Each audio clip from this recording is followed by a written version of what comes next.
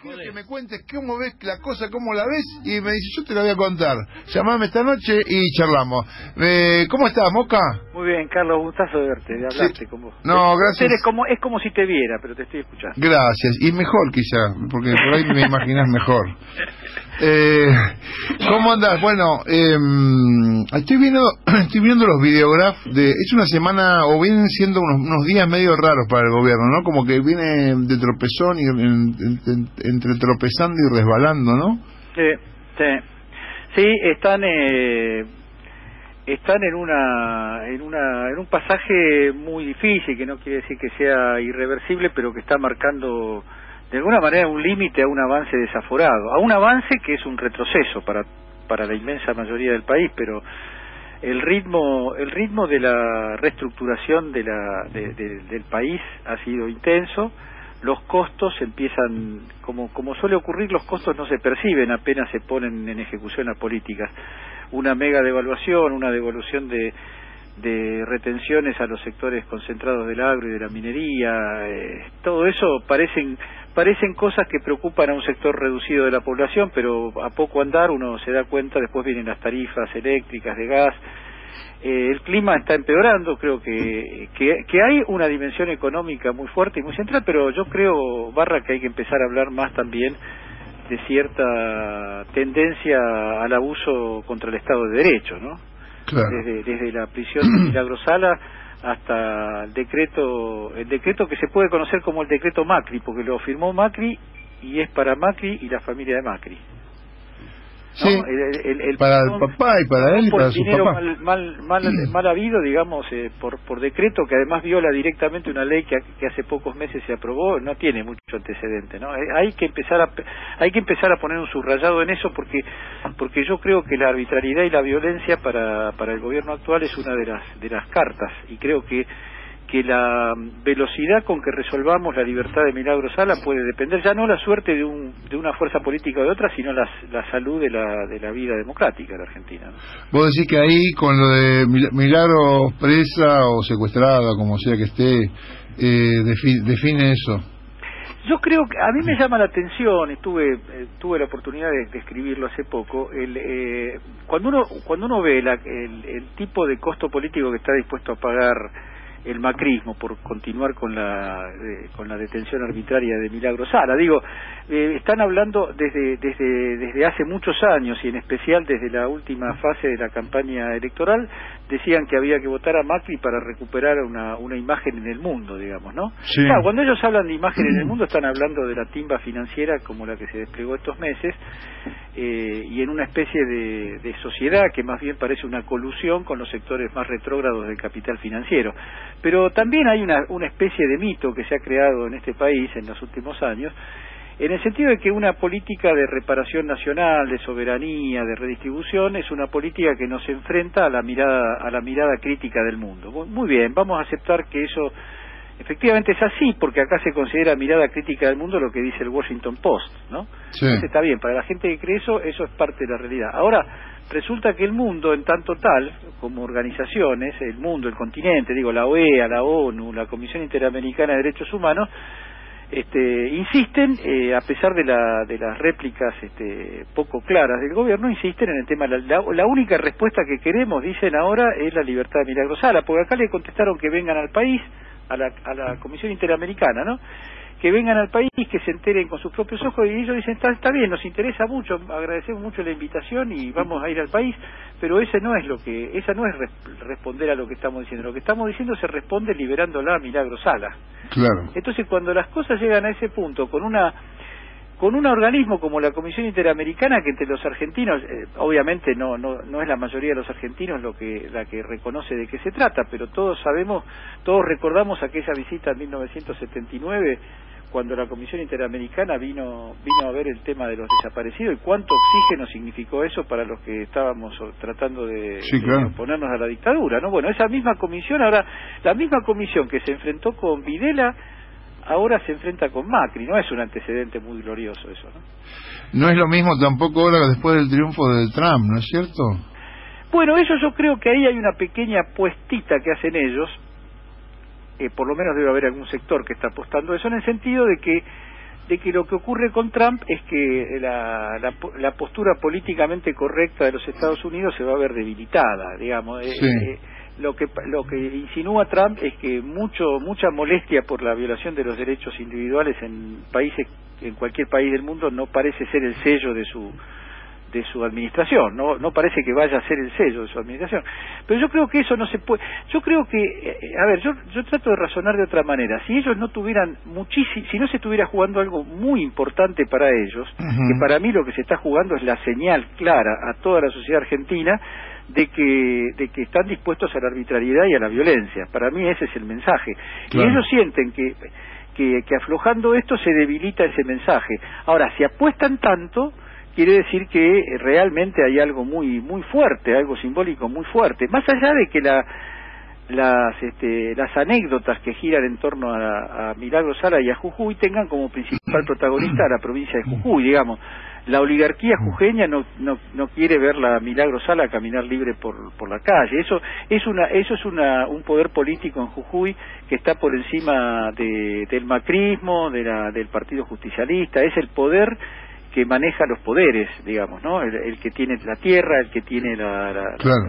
que para ese sector que gente que tiene hasta otra etnia tenga casas con pileta parece una pesadilla de otro mundo, digamos. No pueden creer que eso pueda estar ocurriendo nada menos que en el territorio de Jujuy. Entonces, ahí hay un valor simbólico, pero acá ya está comprometido Macri, porque la Comisión Interamericana, cuando acá le responden que es un problema federal, la justicia le dice no nos bastardeen, porque nosotros sabemos que esto lo tienen que resolver ustedes. Además, la legalidad internacional no tiene vigencia para tal o cual poder, sino para el Estado como tal. Y el Estado hoy, el presidente, el ejercicio del Estado es Macri, ¿no? Claro. Vos fuiste de los primeros que me avivó a mí, no sé si fuiste de los primeros, si fuiste el primero que se avivó, pero a mí me avivaste de cuando se empezó a separar Clarín de Macri, de esta idea de que Clarín tiene un proyecto. Clarín por Clarín te estoy diciendo las corporaciones y el poder permanente, etcétera, ¿no? Como que Macri agarró un camino de un proyecto político y las corporaciones tienen el proyecto de toda la vida. Sí. ¿Y sí. cómo lo ves ahora en los últimos, cómo desde aquel momento, que debe ser 20 días que lo charlamos, eso se va a ir hasta profundizando, acá? porque el secreto de eso, que es el viejo tema de la relación entre el poder económico y sus representaciones políticas. El poder económico es lo permanente y las representaciones políticas duran lo que duran su éxito. Si Macri lograra superar este momento un poco complicado y mejorar, la voluntad del establishment es que a Macri le vaya bien. Yo el otro día citaba en un artículo en Página 12 una frase de Morales Solá dicha el 3 de diciembre, o sea, cuando todavía no había asumido... No, el 13, 3 días después de la asunción de Macri, Morales Solá dijo, más o menos, en términos así, recordando, usando la memoria, sí. Dijo, esto tiene que salir bien porque este proceso tiene... en Macri no tiene derecho al error, dice Morales Solá, porque el fracaso de Macri sería el prólogo de una larga etapa populista. Está escrito casi textualmente así, de manera que la cosa es muy crítica, porque se juega con fuego, ¿no? Digamos, las refriegas internas, que son muy públicas, además, entre distintos sectores económicos, ¿no? Los que ganan con la devaluación del peso, como los sectores agrarios que están saboteando el plan porque necesitan un peso más, un dólar más caro. Más caro. Hasta sectores de la industria que tratan de defender lo poco que les va quedando, porque han sido una parte de los patos de la boda, porque la apertura de la importación está creando problemas ya no solo en las más pequeñas empresas, sino en redes bastante poderosas del mundo productivo, digamos, ¿no? O sea, sí. hay una dificultad. Justamente el papel de la política es unir a las distintas fracciones de una clase para representar al conjunto, y desde ese conjunto pretender responder a toda una sociedad. Está muy enredado, sobre todo porque les va mal. Digamos, el secreto de Menem y de la convertibilidad fue, además de defender determinados intereses del mundo concentrado, que le fue bien durante unos cuantos años con la magia negra de la convertibilidad. Todavía no hay nada que se parezca a esa especie de primavera neoliberal, y la verdad es que las personas que siguen de cerca los datos económicos, lo que presagian no tiene nada que ver con eso. Lo único que uno puede decir es que en los próximos meses van a tratar de intentar poner plata en la calle, van a intentar activar algunos sectores de la construcción, porque el año electoral si no va a ser un año asiago, ¿no? Ahora, estructuralmente no hay nada de lo que están haciendo que apunte a algo que permita pensar en un consumo expandido. No hay hipótesis de consumo expandido en un país donde ya se perdió un porcentaje importante del poder de compra del salario, y ahora hablan de una inflación del 16%, que solamente funciona en los dibujos de ellos. Fíjate, Carlos, que dice que ya arreglaron que las tarifas energéticas van a crecer el 32% en el año 2017, sí. Y mientras tanto la inflación va a subir al 16%. Yo creo que si combinan combinan una reactivación como la que prometen, y una reactivación por un lado, un aumento brutal de las tarifas por otro, y al mismo tiempo amesetar la inflación, si llegan a convenir esas tres variables, habrán inventado una nueva teoría económica y será un modelo mundial la Argentina. Yo más bien creo que yo más bien creo que el macrismo actúa con lógica publicitaria. Toda la política, todo el éxito político del macrismo gira en torno al patrón publicitario. Mientras logren convencer a un sector de las clases medias, claro, de que en adelante, sacado de encima el populismo, va a andar todo mejor, mientras sigan convenciendo eso a un sector, pueden sobrevivir, y si no se van a disgregar, ¿no? Moca, pasamos ahí por el tema de poner plata y me acordé del movimiento Evita, la polémica que se desató estos días con eso, y pensé, pero para sacarlo de la discusión de si el chino, Navarro, Pérsico, el movimiento Evita, sí, la cuestión de la gobernabilidad, de qué se entiende por gobernabilidad, porque eso atraviesa la política clásica, me parece, ¿no? Que sí, es la política vieja, no la sé. Gobernabilidad, algún día habría que hacer un tratado, ¿no? Porque la gobernabilidad la palabra gobernabilidad empezó siendo el objeto de una gran discusión teórica europea y mundial allá por los 70, y ahora en la Argentina, después que reconquistamos la democracia, gobernabilidad significa que no haya despelote y no haya golpe de Estado, digamos. Ajá. Se bastardea un poco el significado. No, yo creo que hay algo que yo rescato de toda la movida. Yo rescato de la política de los movimientos sociales, la conquista de reivindicaciones parciales. No creo para nada que una política nacional, popular y democrática pueda especular con que la gente le vaya peor. Eso creo que hay que dejarlo claro, porque ahí empieza la confusión. Cuando hay una crítica a determinada política, la respuesta es, bueno, que ustedes tienen la mesa de Navidad llena. No, yo eso no quiero entrar. Yo quiero que en lo posible todas las mesas de la Navidad tengan comida, tengan regalos, tengan lo que tienen que tener. Me parece que la crítica que se puede hacer, o por lo menos la discusión que habría que abrir en términos muy fraternales, muy respetuosos, sí, a mí no me parece justa una política que consista en proponerse como mediador y como apaciguador del conflicto social frente al neoliberalismo. Porque una cosa es obtener reivindicaciones y la otra cosa es armar pactos de gobernabilidad donde el intercambio sea determinadas concesiones a cambio de que no te hacemos protestas sociales.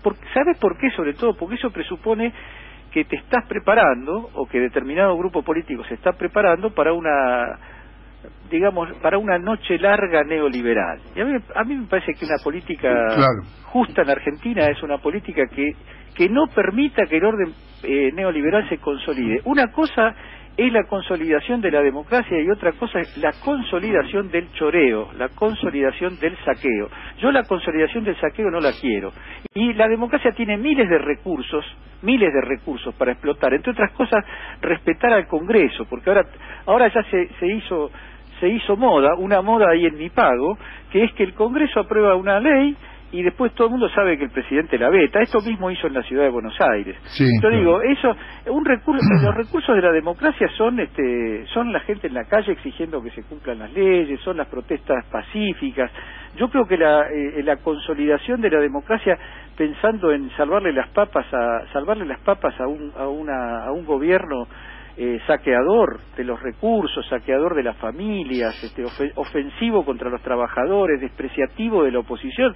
Yo no quiero consolidar eso. Si alguien cree que es un demócrata porque quiere consolidar eso, lo respeto. Yo respeto todo, no tengo por qué no respetar nada, pero estoy en absoluto desacuerdo con esa idea. Es un poco por ahí imagínate, vos sabés todo lo que yo sé de política, ¿no? Pero me lo hago... mucho. Me lo hago como unas pequeñas Moncloas, ¿no? Sí, bueno, pero es una Moncloa, el chiste fácil sería una Moncloa del subdesarrollo, digamos, no. Claro. La Moncloa fue una fórmula que en realidad ocurrió en España, pero que tuvo vigencia en el mundo capitalista desde esa misma época que se hizo el pacto en España hasta hoy, hasta hace poco tiempo, que es la fórmula mágica de la alternancia entre los partidos, pero la alternancia basada en un pacto de gobernabilidad cuyo punto 1 y punto 2, punto 3, todos los puntos, quiere decir respetar los grandes negocios del capitalismo. Mientras los grandes negocios del capitalismo se respetan, funciona el pacto, todo va bien. Y yo creo que esa época está terminando, curiosa y paradójicamente, porque no es que la está reemplazando una expectativa política venturosa, la está sucediendo una perspectiva política muy incierta, cargada de incertidumbres, que es el triunfo de los Trump en Estados Unidos, es la derrota del gobierno italiano. Yo creo que el gobierno italiano, si pone a votación darle un premio al deportista más querido, igual la gente le vota no. Viene del gobierno y la gente ya sabe que vota no. Del gobierno y de las clases políticas que han participado de este pacto espurio de sostén al neoliberalismo. Las socialdemocracias están en un proceso crítico terminal en Europa, terminal. En Italia el ex Partido Comunista, en España el PSOE, en Francia el Partido Socialista puede no entrar ni siquiera en la segunda vuelta en las próximas elecciones. Los franceses van a terminar votando en la segunda vuelta entre una derecha con rostro correcto y una derecha con rostro brutal. Claro. Y te voy a decir un dato que viene a cuento de este asunto del pacto, de la Moncloa y toda la cuestión. Las derechas antisistémicas en Europa, sus votos los reciben de los exvotantes de los socialistas y de los comunistas. Por ejemplo, en Francia, los votos de Marine Le Pen en Francia, está estudiado en términos estadísticos, en términos de encuestas, son votos de gente desilusionada con una izquierda que no tiene ni la capacidad de prometer, ya no de cumplir lo que promete, sino que se agotó la capacidad de promesa. Claro. Tipos que pertenecen a la continuidad del Partido Comunista de Gramsci ahora prometen ser fieles al Acuerdo Atlántico. Eso me parece que no tiene. Obviamente para votar derecha, la gente dice yo voto a la derecha tal como es. Y si hay que votar algo en contra del sistema, veo. Si hay algo como Podemos que me permite pensar en un mundo mejor, lo voto. Y si no hay nada, porque está todo, la izquierda está totalmente agotada en algunos países, voto al que me promete hacer más, armar más despelote. Voto al que me promete que va a cambiar algo, de la clase política, que va a cambiar algo de la relación entre los representantes y el pueblo. La democracia europea está en un proceso de terapia intensiva, ¿no? Y acá seguimos hablando como, el mundo, qué lindo sería parecernos al mundo, ser como España, ¿no? Es impresionante la cultura política de la derecha argentina, el aporte de la derecha argentina a la cultura política es desastroso, ¿no? Porque nos vuelve más ignorantes, más toscos, más brutos. Es impresionante. Al mismo tiempo, vos lo estabas viendo, yo lo veo, los nuevos grupos de kirchnerismo. Hay nuevos kirchneristas en este país. Sí, y yo creo y confío que los va a haber mucho más. Y yo creo que acá, justamente yo creo que el drama que tiene el kirchnerismo, lo digo con todas las palabras, es un drama que tiene y que hay que ver cómo lo resuelve, es cómo combinar el enamoramiento que produce la persona de Cristina, la memoria de los años de gobierno kirchnerista y todo este haber, con una máquina política que todavía no da muestras de ser un buen engranaje. A lo mejor alguien podría decirme, no hace falta el engranaje, el pueblo se encarga solo de armar los engranajes, posiblemente, pero yo hoy en la actual fotografía yo creo que con un kirchnerismo más orgánico, más coherente, con más despliegue de cuadros a distintos niveles, ya podríamos estar en otra época. De todas maneras creo que el momento ya no para el kirchnerismo como parcialidad política, el momento para el mundo nacional, popular y democrático de la Argentina es mucho mejor ahora que en enero, febrero y marzo, ¿no? Donde en algún momento confiábamos, cuando se abra el Congreso se van a tener que guardar estas cosas de designar jueces por decreto, de borrar la ley de comunicación por decreto, y sin embargo tuvieron las mayorías tuvieron las mayorías por estas maquinarias políticas que son ciegas y sordas a todo lo que no sea sus propios intereses de casta, ¿no? Y de la cual forma parte, desgraciadamente, alguna gente, o yo diría hasta mucha gente sí. Me refiero a la gente política, a los políticos profesionales, que levantaban la mano gustosamente para las cosas que proponían Néstor y Cristina, pero si los vientos cambian, levantan la mano gustosamente para las cosas que propone Griesa y que propone Hillary Clinton, o mejor dicho, Obama, ¿no? Moca. Hillary Clinton no llegó a tener esa posibilidad. Ahora el movimiento se llama las viudos y viudas de Hillary Clinton. Qué lindo. Sí, andan diciendo por ahí que ahora el mundo está peligra la paz y la democracia en el mundo con la derrota de Hillary. Imagínate, porque Hillary nos garantizaba todo. Moca, te llamo otro día, vos seguís con tus cosas pensando. Mis cosas, ¿con qué otra cosa voy a hacer que no sea seguir con mis cosas? Y nosotros te llamamos y te escuchamos. Dale, un abrazo grande. Te mando un beso para todos, para todos ahí. Gracias. Gracias, Moca. Gracias, Moca. Besos. El gato Moca, Moca. un grosso.